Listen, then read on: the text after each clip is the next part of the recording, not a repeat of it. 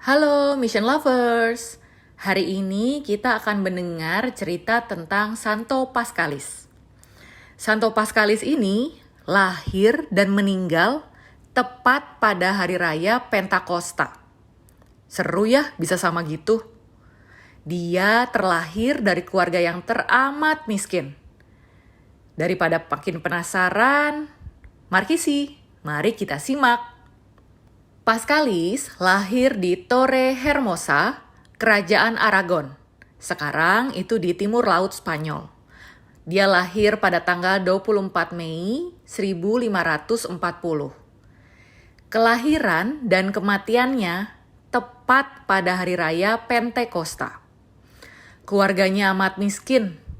Sampai umur 24 tahun, Paschalis menjadi gembala domba. Di tengah kesibukannya memperhatikan domba-dombanya, Paschalis selalu menyempatkan diri berdoa dan membaca kitab suci. Kebiasaan berdoa dan membaca kitab suci ini menumbuhkan di dalam hatinya keinginan untuk menjadi biarawan. Ia bercita-cita masuk biara yang lebih mengutamakan kemiskinan. Untuk itu, ia menjelajahi seluruh Spanyol selama 4 tahun untuk mengenal setiap biara yang ada di sana. Akhirnya, ia memutuskan masuk biara saudara-saudara Dina Santo Franciscus di Montforte sebagai seorang bruder. Pada tahun 1565, ia mengikarkan kaulnya dalam ordo itu. Pemimpin biara sangat menyukai dia. Pater Ximenes, pemimpin biara itu, mengatakan bahwa ia belum pernah menyaksikan seorang biarawan Fransiskan yang benar-benar menghayati kemiskinan seperti Paschalis. Kamarnya sangat sederhana. Di dalamnya tidak terdapat apapun juga selain sebuah salib Yesus, patung Bunda Maria, sebuah meja kecil, dan sepotong kayu sebagai tempat duduk sekaligus bantalnya. Tidurnya semalam hanya 3 jam lamanya. Tengah malam, ia selalu hadir dalam doa ofisi bersama rekan-rekannya. Sesudah ofisi malam, dia terus tinggal di dalam gereja untuk berdoa dan bermeditasi. Pagi-pagi benar, ia sudah membuka pintu gereja dan menyiapkan semua yang dibutuhkan untuk perayaan Ekaristi di pagi harinya. Di dalam biara, ia dikenal sebagai seorang biarawan yang taat dan yang menjalankan disiplin diri yang keras. Ia menjadi sosok biarawan Fransiskan yang penuh kebajikan dan cinta kasih. Ia menyambut semua orang dengan gembira untuk meminta doa dan bimbingannya. Diceritakannya bahwa ia melakukan sejumlah mukjizat teristimewa untuk orang-orang sakit dan miskin.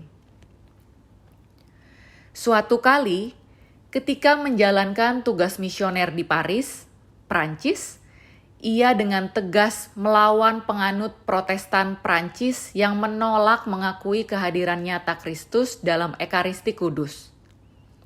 Karena itu, ia diusir oleh orang-orang Protestan Prancis. Ia kembali ke biara Fransiskan di Villa Reale dan menetap di sana hingga kematiannya pada tanggal 15 Mei 1592. Hari kelahiran dan kematiannya itu seperti yang saya sampaikan sebelumnya, tepat pada hari raya Pentakosta. Ini memberi kesan bahwa ia sungguh-sungguh dinaungi oleh Roh Kudus, dan panggilannya merupakan panggilan Roh Kudus.